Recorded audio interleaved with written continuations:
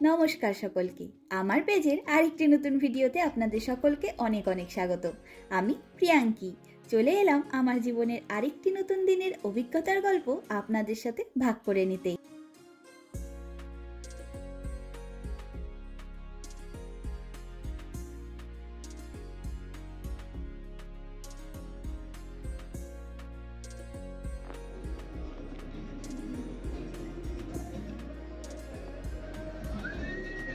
কি ঝামারে দেখতে ভেতরটা, না ভেতরটা কি সুন্দর।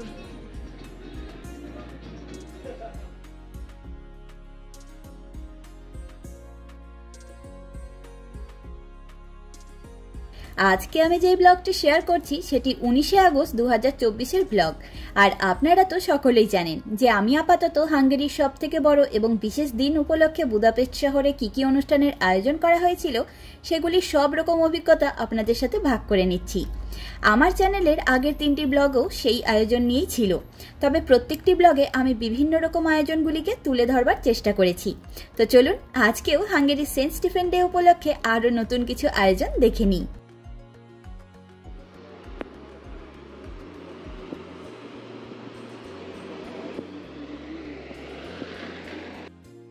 আমরা আজকে সবার আগে এলাম হাঙ্গেরিয়ান পার্লামেন্টের সামনে। পার্লামেন্ট বিল্ডিংয়ের একটু পাশেই আয়োজন করা হয়েছে এই দেশের নানা গুরুত্বপূর্ণ বিষয়কে। এখানে এসে সবার আগেই দেখলাম গরমের জন্য রাস্তায় জল দেওয়া হচ্ছে, আর সামনে রয়েছে এই দেশের বিখ্যাত গোল্ডেন ট্রেন। কি অপূর্ব সুন্দর দেখতে, তাই না? তবে কেন এই ট্রেনটি এখানে রয়েছে সেটা বলি এবারে। হাঙ্গেরি দেশের প্রথম রাজার রাজ্যাভিষেককে ঘিরেই প্রধানত এই 20 আগস্ট দিনটিকে পালন করা হয়ে থাকে। অনেকেই এই দিনটিকে হাঙ্গেরির জন্মদিনও বলেন। আর একজন রাজার জন্য সবথেকে বেশি গুরুত্বপূর্ণ হয় তার অর্জিত মাথার মুকুটখানি। আর এই দেশের রাজার মুকুট থেকে তলোয়ার এবং নানা রকম রাজকীয় জিনিসগুলি হাঙ্গেরিয়ান পার্লামেন্টের মিউজিয়ামে রাখা থাকে সারা বছর। এবং প্রথম রাজা সেন্ট স্টিফেনের ডান হাতের কিছুটা অংশ মমি করে রাখা থাকে এই শহরের সবথেকে বিখ্যাত ব্যাসিলিকা সেন্ট স্টিফেন ব্যাসিলিকার ভেতরে। আর এই গুরুত্বপূর্ণ এবং ঐতিহাসিক জিনিসগুলিকে দেশ বিদেশের লোকেরা দেখবার সুযোগ পান বেশ ভালো পরিমাণ টাকার টিকিট কাটবার পরে। কিন্তু হাঙ্গেরির জন্মদিন উপলক্ষে সাধারণ মানুষদের জন্য সেই সব জিনিসগুলিকে এই গোল্ডেন ট্রেনের বগিতে সাজিয়ে রাখা হয়। কি ভালো ব্যাপার বলুন। কাচের এই বাক্সটিতেই রয়েছে হাঙ্গেরির প্রথম রাজা সেন্ট স্টিফেনের ডান হাতের এক অংশ, আর তার সামনেই রয়েছে মণিমাণিক্য দিয়ে সেজে থাকা রাজার মুকুটখানি। এগুলি এই দেশের লোকের কাছে ভীষণ গুরুত্বপূর্ণ একটি ব্যাপার। এখানে একেবারে পাবলিকলি সেই জিনিসগুলি রাখা রয়েছে, যা খুব কাছ থেকে দেখবার সুযোগ পায় সাধারণ মানুষরা, আর সাথে আমরাও পেয়ে গেছি।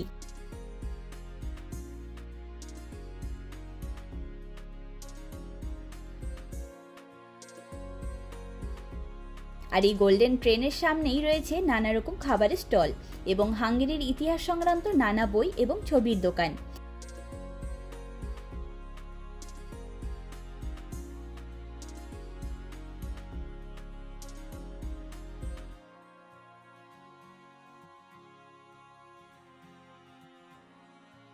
আর তার একটু পাশেই রয়েছে এত ফ্ল্যাগ দিয়ে সাজানো এই জায়গাটি। এগুলোর সব আয়োজন পার্লামেন্টের পাশে অবস্থিত রাস্তার উপরেই করা হয়েছে।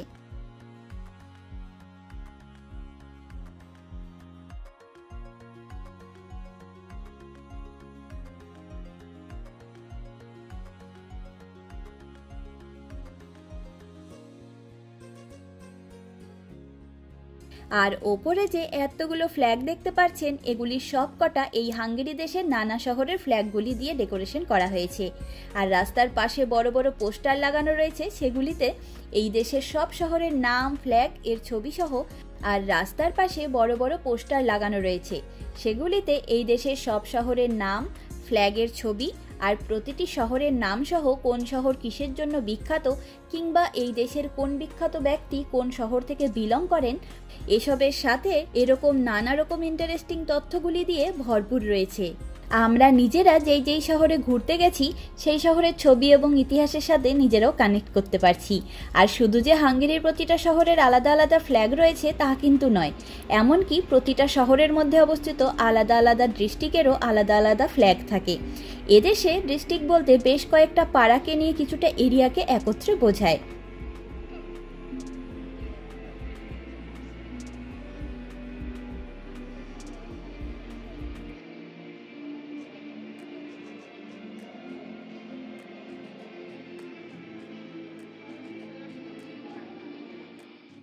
সামনের পোস্টারটিতে এই যে টোকাই লেখা রয়েছে, এই শব্দটির উচ্চারণ হবে টোকাই বলে। এই টোকাই শহরের ওয়াইন ভীষণ বিখ্যাত সম্পূর্ণ ইউরোপের মধ্যেই।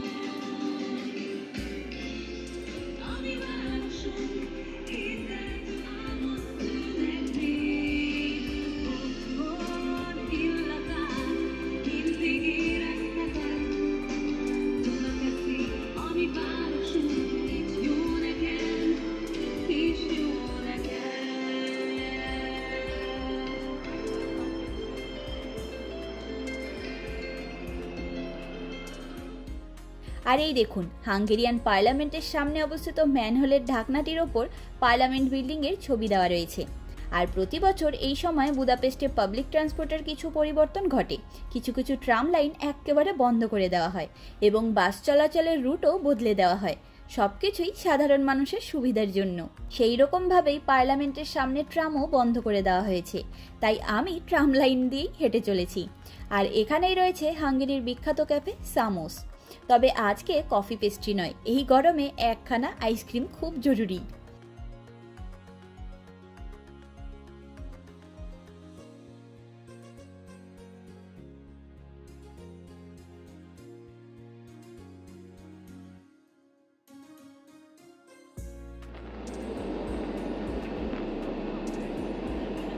And 1 scoop of Mojo's fair chocolate. Yes.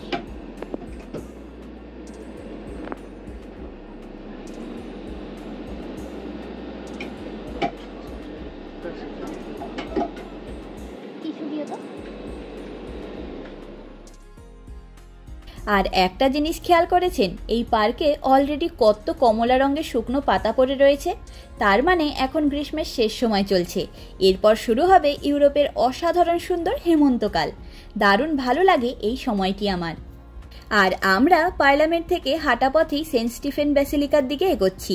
আর পার্কটি পার করে এসেই সামনে পড়ে এই বড় আকারের ফোয়ারাটি। আর এদিককার সব বাচ্চাগুলি কি যে জল ভালোবাসে, বাবারে বাবা। সামনে খেয়াল করে দেখুন শুধু, হাগিস পরে পুচকেটাকে, ওর হাগিসটাও জল সোক করে ফুলে উঠেছে। কি কাণ্ড ভাবুন।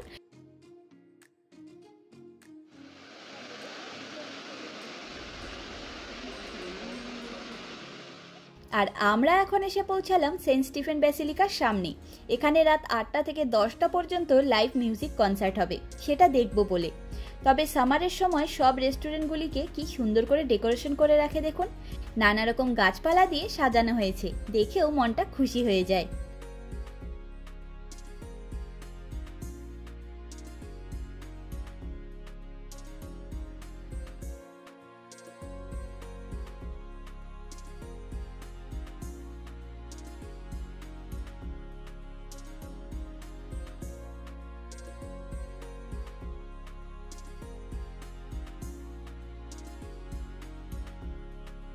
আর ইতিমধ্যেই এখানে কত লোকের ভিড় জমে গেছে। চলুন আমরাও নিজেদের সুবিধে মতন একটু জায়গা দেখে দাঁড়িয়ে পড়ি টুক করে।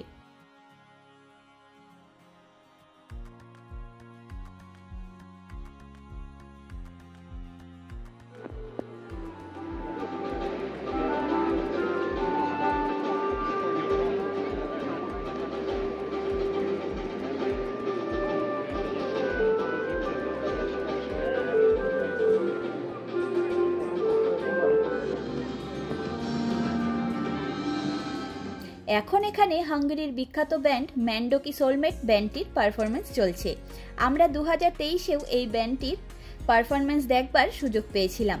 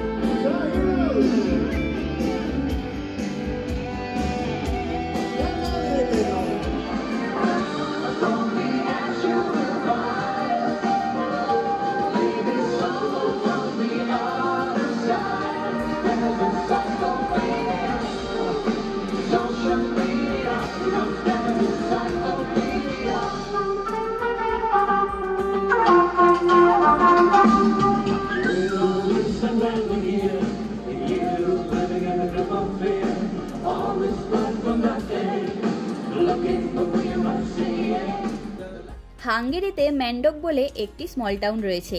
সেই শহরের কিছু সংখ্যক মানুষের টাইটেল হয় ম্যান্ডকি। এই ব্যান্ডের প্রধান আর্টিস্টের নাম লেসলি ম্যান্ডকি। আর রাত 8টা থেকে সেই অনুষ্ঠানের আরম্ভ হওয়ার পর থেকে আমরা একভাবে দাঁড়িয়ে দাঁড়িয়ে এই কনসার্ট দেখে চলেছি। বেশ ভালো লাগে আমাদের যে কোনো মিউজিক, তাই আমরা বেশিরভাগ গানের অর্থ বুঝতে না পারলেও এনজয় করতে পারি এসব অনুষ্ঠানগুলি।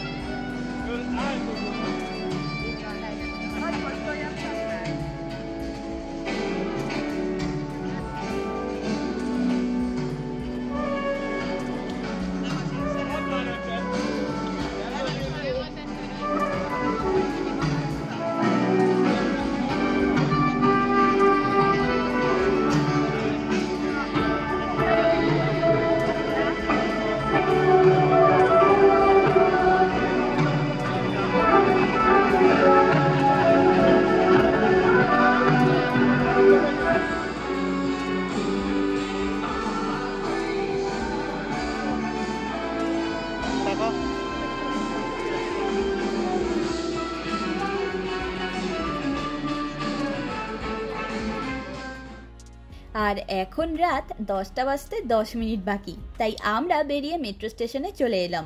সম্পূর্ণ অনুষ্ঠান শেষ পর্যন্ত দেখতে গেলে ঘরে ফেরার জন্য অনেক ভিড়ের সম্মুখীন হতে হতো। আর এই মেট্রো স্টেশনের কাছেই ব্যাসিলিকাটি রয়েছে, আর সেখানে কি পরিমাণ ভিড়টা সেটা তো আপনারাও দেখলেন। তবে সম্পূর্ণ মেট্রো স্টেশনটি একেবারে ফাঁকা, আর আমরা সম্পূর্ণভাবে বিধ্বস্ত। ভীষণ খিদে পেয়ে গেছে আমাদের, তাই চোখে মুখে আর কোনো এনার্জি পাচ্ছি না। আর আমরা যে মেট্রোতে উঠেছিলাম সেটাও প্রায় ফাঁকাই ছিল। তবে এরপরের মেট্রোগুলিতেই যে কত পরিমাণ ভিড় হবে সেটা ভেবেই ভয় লাগছে এখন।